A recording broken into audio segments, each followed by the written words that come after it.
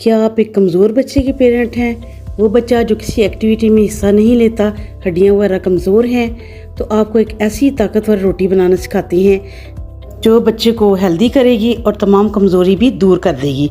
इसमें मुख्तलिफ़ चीज़ों का मिक्सचर है जिससे आपका बच्चा हेल्दी होगा। सबसे पहले इसमें डालेंगे 2 कप गंदम का आटा। उसके बाद आपने इसमें आधा कप चावलों का आटा डालना है और 1 चम्मच नमक डाल के इसे अच्छा सा मिक्स करना है। उसके बाद आपने इसमें ऐड कर देने हैं 2 चम्मच शहद के।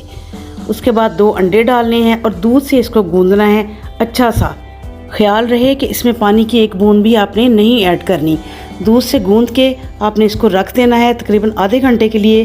बाद में आपने 1 चम्मच जैतून का तेल डालकर इसके पराठे बना लेने हैं और बच्चों को खिलाने हैं। आपका बच्चा हेल्दी होगा और तमाम उसकी कमियां जो हैं, कमज़ोरियां दूर हो जाएंगी। वीडियो अच्छी लगे तो सब्सक्राइब करें, लाइक करें, शेयर करें। That's all from Nomi's health secrets today. अल्लाह हाफिज़। Stay tuned, stay blessed.